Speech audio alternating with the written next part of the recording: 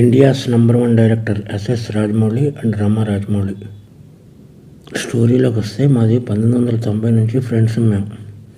మాది 34 సంవత్సరాల ఫ్రెండ్షిప్.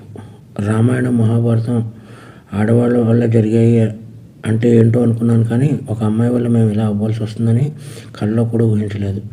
అందరి జీవితాలలోనే మా జీవితంలో కూడా ఒక అమ్మాయి ప్రవేశించింది. ముందు రాజమౌళి, తర్వాత నేను. As it is triangle love story, Arya 2. కానీ ముగ్గురం క్లోజ్ కాబట్టి ఇప్పుడు ఏం చేద్దాంరా నేను రాజమౌళిని అడిగితే, ఏం చేస్తాం, మీరు సాక్రిఫైస్ చేయాలి అన్నాడు. అలా ఎలా కుదురుతుంది, అలా సాక్రిఫైస్ చేయడం కుదరదు, మనం ముగ్గురం కలిసి ఉందాం అన్నాను. అది దారుణంగా ఉంటుంది అన్నాడు. అప్పుడు నేను పెళ్లి చేసుకున్నాను, అప్పుడు నలుగురం కలిసి ఉందాం అన్నాను. అది చాలా చండాలంగా ఉంటుంది, సమాజం ఒప్పుకోదు అన్నాడు.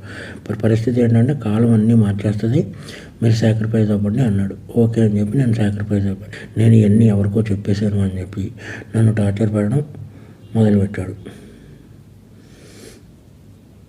నా 30 సంవత్సరాల జీవితాన్ని వాడి కోసం సాక్రిఫైస్ చేసినందుకు నన్ను టార్చర్ పెట్టడం మొదలుపెట్టాడు. నాకు నరకం అంటే ఏంటో చూపించాడు.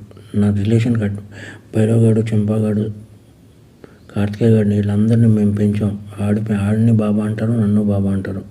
మందరిని పెంచాం. వీళ్ళందరూ దూరం అయిపోయారు. నా ఫ్యామిలీ మొత్తం దూరం అయిపోయింది. ఎందుకంటే ఈ నంబర్ 1 డైరెక్టర్ అయ్యేటప్పుడు శాసించేస్తున్నాడు ప్రపంచాన్ని. శాసించేసి నన్ను చంపేయాలన్నంత టార్చర్ పెట్టాడు.